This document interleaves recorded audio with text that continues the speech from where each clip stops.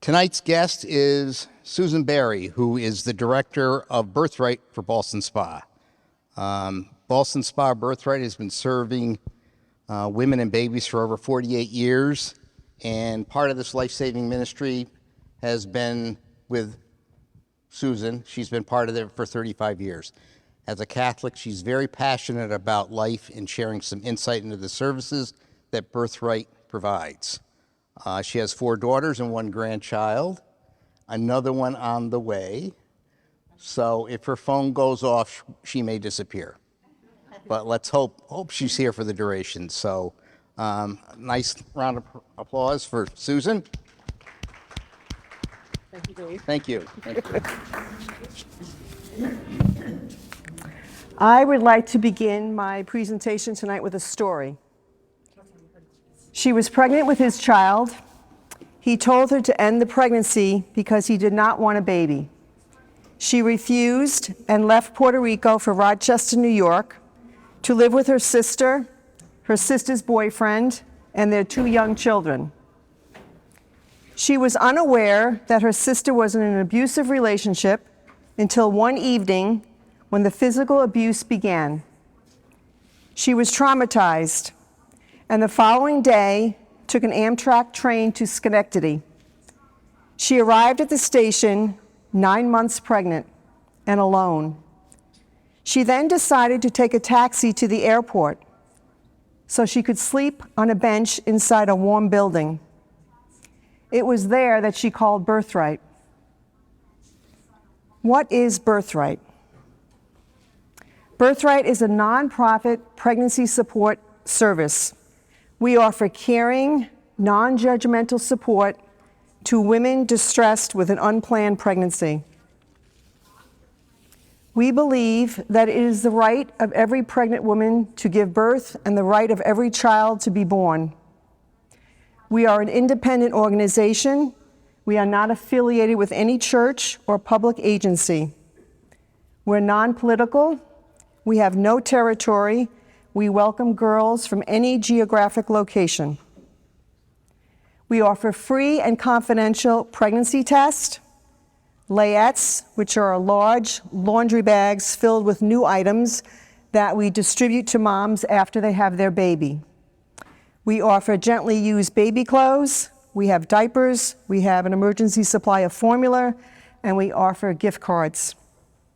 We receive no federal or state aid, and for 48 years have relied on the generosity of churches, civic organizations, and individuals in the community. I have a few stories here I'd like to share with you. The first is titled, "The Knock on the Door."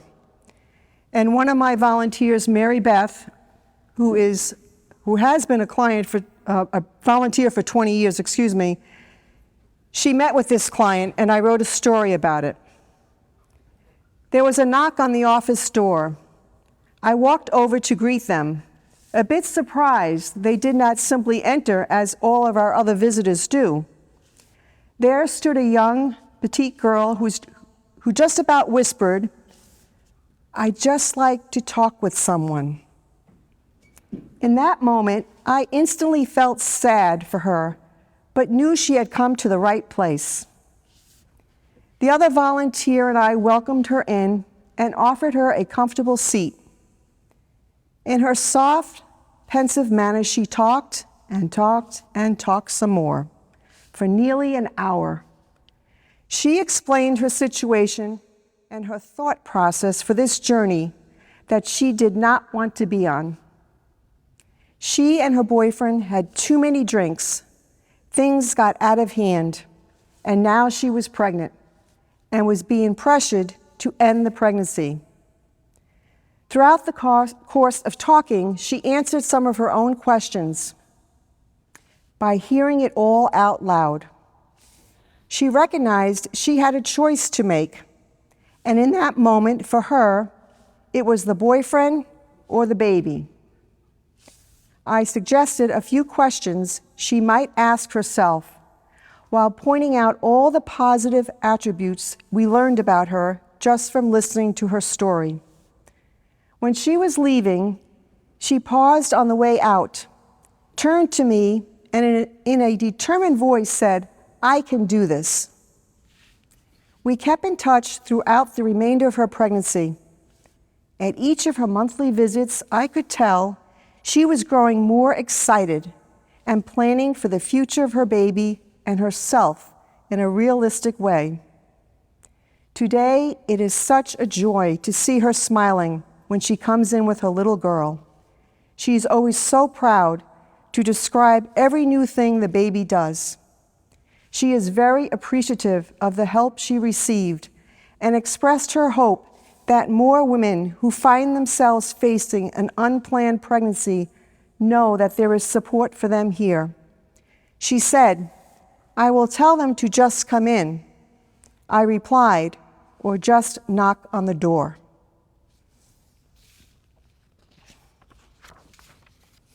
This next story is someone that I met, a client that I met. Last year on a cold February day, I was working alone at the Birthright office. It was a quiet Tuesday with no visitors until later in the afternoon when a very sad 9-month pregnant woman walked in the door with her head down. And I'm going to read to you a story that she wrote. "I am here to tell you a little story about myself." And these are her words. "When I moved more than 1,000 miles to Ballston Spa, I did not know anyone. I had no friends or family here. I did not have a job. My husband left for another state seeking a job, and we hardly communicated. However, I was pregnant. I was alone, and I did not have anything. I was not getting any help from my husband while he was away. My life was so difficult until someone told me about Birthright in Ballston Spa. I went to Birthright, and that is where I met Miss Susan.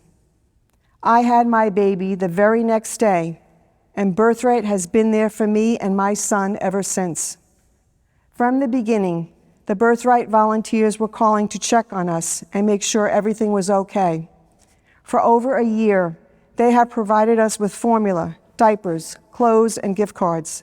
They even contacted me with lots of resources who did so much for my family. They referred me to the Salvation Army for financial assistance and to another person who provided special food for the holidays. They helped get a new roof for my house by referring me to the Rebuilding Together for Saratoga. My life is so much more different now than it was when I first came to Birthright. Birthright is the best organization for pregnant women, mothers, and children who are in need. Their volunteers are encouraging, supportive, loving, and caring. They have given me moral support from the start and allowed me to get back on my feet. My husband is back home. My son is 2 years old, and he is always smiling. Miss Susan told me that all of you support Birthright and allow them to help people like me. I would like to use this opportunity to thank each and every one of you for being there for us. God bless you. The next story, one of my volunteers, Heidi, who is with me this evening, she's a volunteer of 3 years. She met with this particular client. Back in June of 2023, a young woman arrived at the Birthright office on the day that I was volunteering. She was pregnant with a boy and due in early September. Throughout the summer, everything seemed to be going fine. Nothing appeared to be out of the ordinary with her pregnancy. However, a few days before her due date, she no longer felt the baby kicking. She was concerned and immediately went to her OB/GYN, who confirmed that her baby had a heartbeat. Shortly after that visit, she delivered a stillborn. She was heartbroken. I did not know any further details. We still kept in touch over the past year. She was always on my mind and in my heart. Then one day, she texted me that she would like to catch up and donate some unused baby items to Birthright. Due to her work schedule, though, she was unavailable during our office hours. I explained that we are available anytime. We made plans to meet at the office at 6 p.m. after she got out of work. I picked up something for us to eat from the local deli. Over dinner and through many tears, she poured her heart out and explained what happened to her baby boy. Shifting the conversation, she surprised me with an ultrasound picture and revealed she is now pregnant again, 9 weeks along. While she is naturally quite nervous, she is thrilled overall. She was so thankful for dinner and that I took the time after hours to listen, talk, and cry with her, mending her heart. It was so therapeutic and healing. She expressed how overwhelmed she was at the kindness and compassion that Birthright showered upon her. She is grateful to have our support in this next pregnancy. And that was Heidi's client. And my last story for you is a little bit longer. It's something that I wrote that happened when I was away on vacation. This summer, I had a chance to escape to the coast of Georgia. The days were hot, but the evenings were nice and cool. I enjoyed walking the beach at night with my youngest daughter, Kayla, who helps with the administrative tasks at Birthright. On one particular night, we were both tired and thought about not going for our nightly beach walk. At the last minute, though, we decided we needed the exercise. As we were walking along the peaceful beach, I saw in the distance a couple standing in the sand facing one another. I thought they were embracing, but as we got closer, it became apparent that there was a problem. I nudged Kayla and said, "Look at that couple. I think she is in trouble." Once we reached them, we stopped and stared at the man as he forcefully pulled on the young woman's arm. She was crying and shaking her head no. He stopped as we watched. I then asked the woman if she needed help. She frantically nodded. Kayla ushered her to come walk with us. She immediately did so, wearing only a bathing suit and flip-flops and carrying a phone with a cracked screen. She had no other personal belongings, yet she was desperate and courageous enough to leave with two total strangers. The man stood there, clearly uncomfortable, then turned and walked in the opposite direction. I think he was dumbfounded that we had intervened. Meanwhile, the woman began walking with us, still crying. Once we realized she did not speak English, Kayla used her phone so they could type back and forth in a translator app. The woman asked us to take her to her children's house about 30 minutes away. We confirmed it was a safe location. Once we got off the beach, the woman and I waited on a bench while Kayla ran a mile to get our car. As Kayla drove, I sat in the back seat with the woman and naturally entered Birthright mode, giving her tissues and water while asking questions. I had never used the translator app before, but it sure was helpful.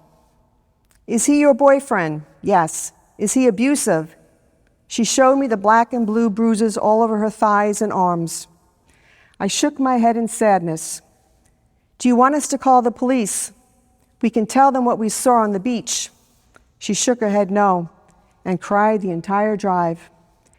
She called her children and told them the situation and that she was on her way back home. Once she hung up, I started offering positive words of encouragement. "No one deserves to be abused. You are young, attractive, and stronger than you think." She nodded tearfully.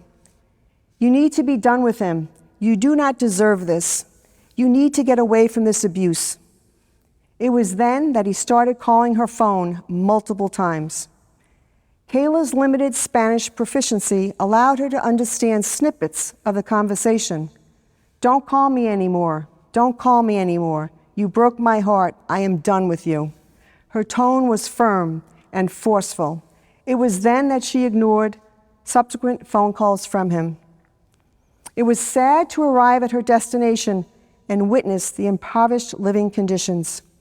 It was heartwarming, though, to pull up to her home and see 4 people waiting for her with the front door wide open.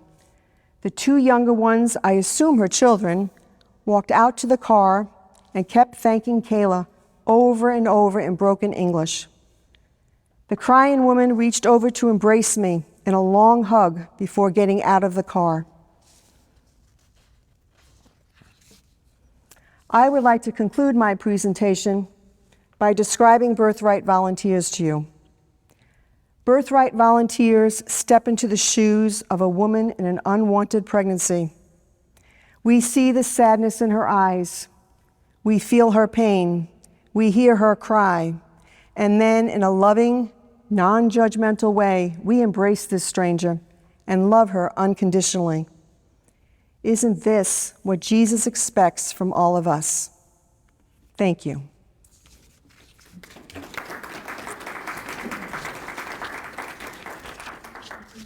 And I can open up the floor to any questions. Okay, I'll start off with the questions. So with regards to providing assistance to your organization, what are some things that you have need of, that we can provide? St. Edward's is and has been a wonderful supporter for many, many years, and I thank Father Pat for that, because he's been great to Birthright. We have a bassinet here in church, and we do have bassinets at several area churches, and people leave needed items like gently used baby clothes, diapers, any kind of formula or food. They'll leave it in the bassinet for us, and I have a volunteer that stops here and empties the bassinet. We also have people that donate gift cards to Birthright, because if we don't have a particular type of formula, when a girl comes in, we'll give her a gift card to go to the grocery store and pick up a can. So there are a number of ways. I mean, there's a lot of different churches and individuals and civic organizations in the community that come together, all different denominations, just pitching in and helping out. So there's always some way to help. Anyone else? Are you looking for some volunteers? I'm always looking for volunteers. I was just going to say that, Susan. Don't ask me that question, right? All right, so how would you go about doing that? You can leave your name with me and your number. I do training classes twice a year, generally spring and fall. They are 2 hours, 1 day a week for 3 consecutive weeks. That's for people that want to work in the Birthright office. I have other volunteers that don't need to go through the training that help me outside of the office with fundraising events. They might help here with carnations or the baby bottles in the fall. But I'm always looking for office volunteers. The commitment is 5 hours a week. So Heidi works on Wednesdays. She comes in at 9:45. She leaves at 3 o'clock. Same day every week with another trained volunteer. Okay. So it's a great group of people. Set schedule. It's a set schedule, yeah. And I always work with potential volunteers to find out, like what your schedule is. If you tell me Mondays are no good, then obviously I won't schedule you for a Monday. But I do work with, trying to coordinate with my existing volunteers with new people coming on. Okay. Yeah. So where is your office? We are in Boston Spa, right on Route 50. What do you do in the office? I was a team mom, so. Yeah. Yeah. I Yeah. have 3 older kids. They're all older. Yeah. So Yeah. maybe I should. Yeah, it works out well for someone like yourself. I have people that they want to volunteer in the office, but they have young children at home, and that doesn't work because you can't bring your kids to the office, and they need to be home. So I get it. Yeah, yeah. Well, you might like holding the babies that come to the Birthright office because my volunteers love that. Yeah, that's like one of the perks. Yeah. Yeah. Yeah, so just leave your name with me and phone number and I can get hold of you. Yes. You're welcome. You said that you supplied them food. Yes. Jarred baby food, Okay. and any type of formula. Yeah. But it's, whatever we have donated, everything we get is donated. We don't purchase anything, so it's donated. So I might have food now, but 2 weeks from now I might not have food. Okay, I'll have a conversation with you after I have an action. Okay. All right. Thank you. Do you work with pro-life doctors in the area to set them up once they have a positive? If they have a positive pregnancy test and they don't have their OBGYN, then yes, we have 1 or 2 places that we can send them. Unfortunately, there are not a lot. In what hospital would the doctor be working at? What It do dep- you already have worked with? The pro-life doctors that you've worked with, what? I'm thinking of one down here in Clifton Park. I think she might be affiliated with Albany. I don't know. There are not that many. Most of the girls that come to us, they already have their own doctor. They don't, we have that information if they need it, but most of them have their own doctor. So, I'm not sure I need this. I have a loud voice. I've been working at St. Edward's here with the Incarnation Sale for the last number of years. I'm Carrie O'Brien. Carrie, yes, okay, yep, yep. We recognize one another's voice. That's right, that's right. I just arrive at a woman's home, 13 Tiffany Place, get all the flowers. Yeah. And then bring you a nice big, stack of cash on that Monday morning. I never thought about where did the flowers come from, and are those donated as well? No. Or- Flowers are not donated. I have to buy them from a wholesaler. And I buy thousands of them. Oh, yeah. So I get it. Churches, Yeah, I have probably close to 40 churches that participate. Not just Catholic churches, they're all different, denominations. how can I help on the flower end? What, just give you money to help buy the flowers? I don't have any relationship with any wholesaler, but I don't know. I never, as I said, up until tonight, I never thought about where they came from. Sort of, Well, I think you do a great job. You've been doing this for years, so you're doing a great job because you're selling all the flowers and then some. And we do receive, Scrambling, we were after the 9 and we were out. I remember that year. I remember that, yeah, yeah. And then one year, I think it was during COVID, my neighbor next door, who has 8 children, got a very nice bouquet, because I called you and I said, I have a lot left over. Yeah. What should I do with them? You said, enjoy them. Yeah, exactly, yeah. So the neighborhood all got. Yeah, yeah. There's really nothing else, Carrie. I mean, Yeah. I order them well in advance. I have to, Susan, yeah. last year I helped I can't remember the name escapes you, the carnation staff. Oh, Doug, yes. You're available this year, right? I said you're available this year, right? We could use probably help doing that too. It's a lot for 2 people. It is a lot for 2 people. Maybe you can get 2 guys from the Knights to join you. That would be great. Now, what does that entail? You have to cut them down, yeah. Oh, you mean the prep Take them out of before the the box sale? and cut about that much off. The flowers are delivered out of Albany to one of my volunteers' homes. And I've been there for that process. It's quite the process. This truck pulls up into a residential neighborhood, unloading boxes and boxes of carnations. But the stems are quite long, and I never knew that. So all of these carnations have to be cut to be put in pails. So Doug and Dave last year, I don't know how many thousand they had to cut. They have, tables set up, and they're working on this. And then they have to count them all and put them in pails, and they have to be different colors in the pails. Otherwise, Susan gets complaints from people. You only sent me white flowers, and I wanted a variety. So you have to be really careful when you're putting these counting flowers and putting different colors in there. So yes, it's a lot of work for 2 people. Doug's been doing it for a long time, but I really need backup help. Yeah. I wouldn't mind helping with that. Well, then you can talk to Dave because he came last year and he said he's coming this year. So Midday and all. yeah, they usually it's Friday morning. The flowers get delivered. Right. I think it was 8 or 9 in the morning. The truck comes and they work for about 2 hours.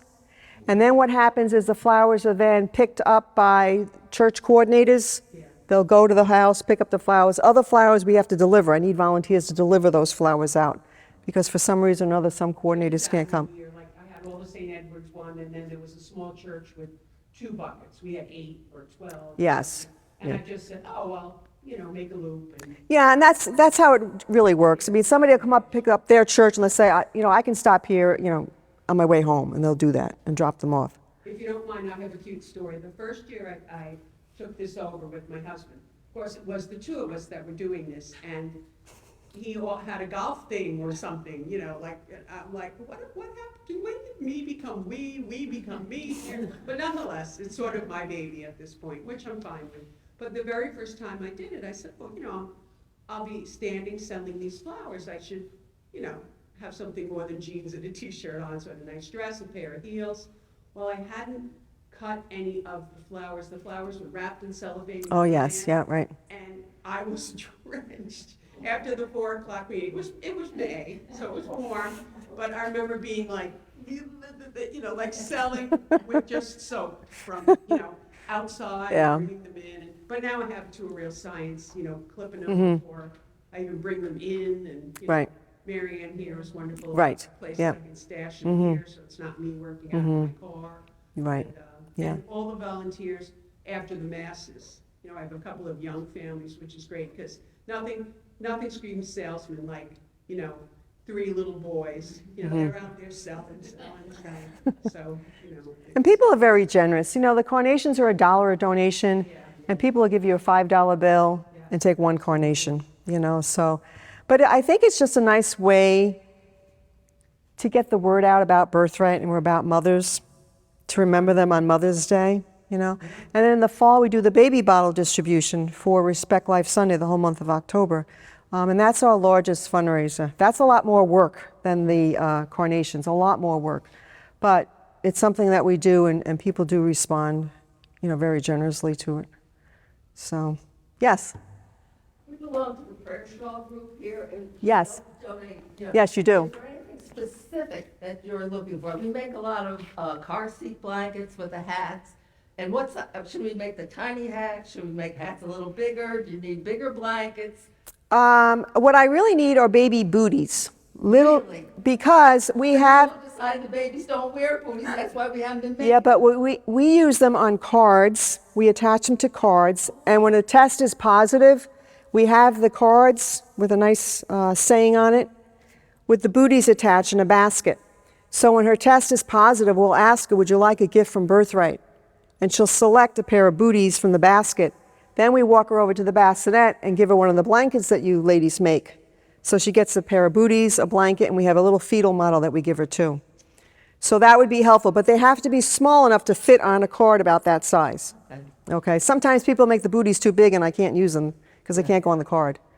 So, And as far as baby blankets, I know we've been sort of concentrating on the car seat blankets. Do you need bigger? we don't blankets? really, the girls aren't using them.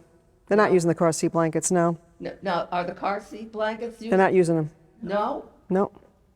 Really? You'd be surprised how many of them just put the baby in the car seat, walk into the office, maybe with a blanket around the baby, maybe not. That's how they are. They don't use the car seat blankets. No. Yeah, that's maybe what. And I have bins of snowsuits, which kills me because I have all these infant snowsuits in bins, and they tell me, no, we can't put them in a car seat with a snowsuit on. And I look at them, well, the pediatrician says you can't do that. So now they come in without anything. So I know, so different, right? it's much different now. I don't get it. I just don't get it. I'm like, well, I wear my jacket in the car and put my seatbelt on, but they don't. The car seats no longer make room for the. No, there's room. It's not considered safe, the baby. It's not considered safe anymore. They've done a lot of testing with all that, I guess. I don't know. It's not become waiter. I don't know. All I know is that, Had a few kids. And they had the snowsuits in the beginning, I was making the snowsuit, and they all were buckled in, and there was no slipping anyplace. no. Changing world. Going back to the booties, you want them small, more for, Not necessarily for the baby to wear. It's more of a symbol giving to the young woman whose test is positive. But it has to be small enough to fit on a card.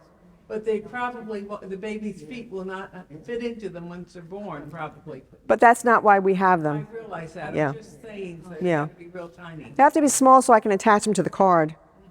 Make know. it- Or get a bigger car. No.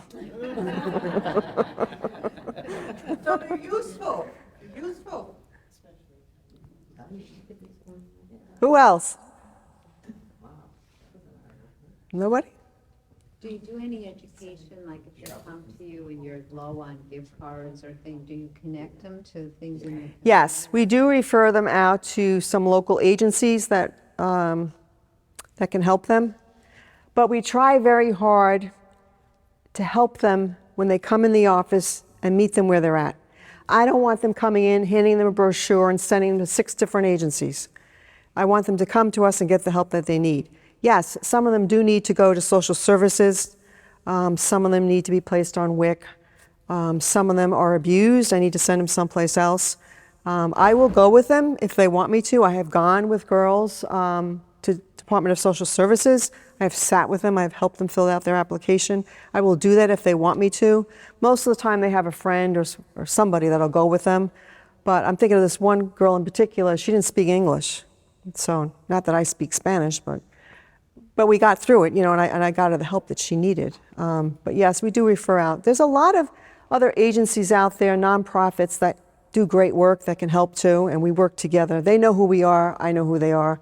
We have a resource binder in our office, which is a very large binder filled with all the other places that I can send them for help, you know. So that's good, yeah. Is there a La Leche League group at all in this area? I don't know, Okay, because don't know. where I was for 33 years, the Birthright, we worked with La Leche League, introducing the women to that this would be helpful to you and the baby. And of course, that's all free and it's all volunteer, and that was always something that we promoted. We don't promote it. If they ask about it or they're interested in it, I mean, most of the girls, they have a phone, they can Google what they need, to be honest with you. A lot of people didn't even know about it, that's what I'm saying. Well, a lot of people don't know about Birthright either. That's why it's important for me to be at presentations like this, you know.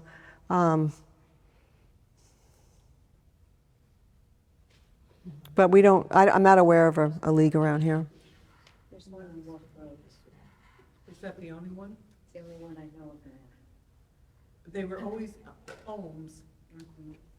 There was someone in charge, but it was always held in different people's homes in the area. I was 10 years with them. You know, there's an office on Wolf Road, you know, that I see when I go to another office. Okay. Anybody else? I don't know if you're the person to answer this or not, but are you the only organization in this area that helps women who are? There's a Birthright office in Schenectady. There's one in Plattsburgh. We have one out in Rochester, and there's several down in Long Island. There's none in New York City. Are there homes that people? There are maternity homes. Birthright doesn't have maternity homes. We did many, many years ago. But because the culture and climate has changed, we don't have maternity homes anymore. But there are other places that have maternity homes. Yeah, but most of the girls that we see, they're not interested in a maternity home. I mean, if they're homeless, usually I'll find them a motel or work with DSS to get them into a motel. And they can get that financed, huh? For a short time, not for long. Not long at all. That's really, they're really on their own for housing. That's the most difficult thing, to be honest with you, is transportation and housing. These girls can't afford apartments. We got a couple of girls right now living in motels. And one just moved out and just got an apartment with the help of DSS, but it's not an easy thing at all. Your father, yeah. The diocese has a maternity home. The diocese has community maternity services in Albany and in Upper Saratoga. They work with it. And They provide housing. What was the name of? it's community maternity services. They're down on North Main Avenue, and I think it's a place where they can come during the day. They do X, Y, and Z, Yes. and do a lot. Find things for- Yeah. And they were excellent, and they Yeah. were very helpful. Yeah. And they They gave were me great the when I whole went down there rundown years of what ago, they yes. had. Yeah. Yeah. Yeah. But as I said, I kind of retired, kind of. Yes. Yeah. Yeah.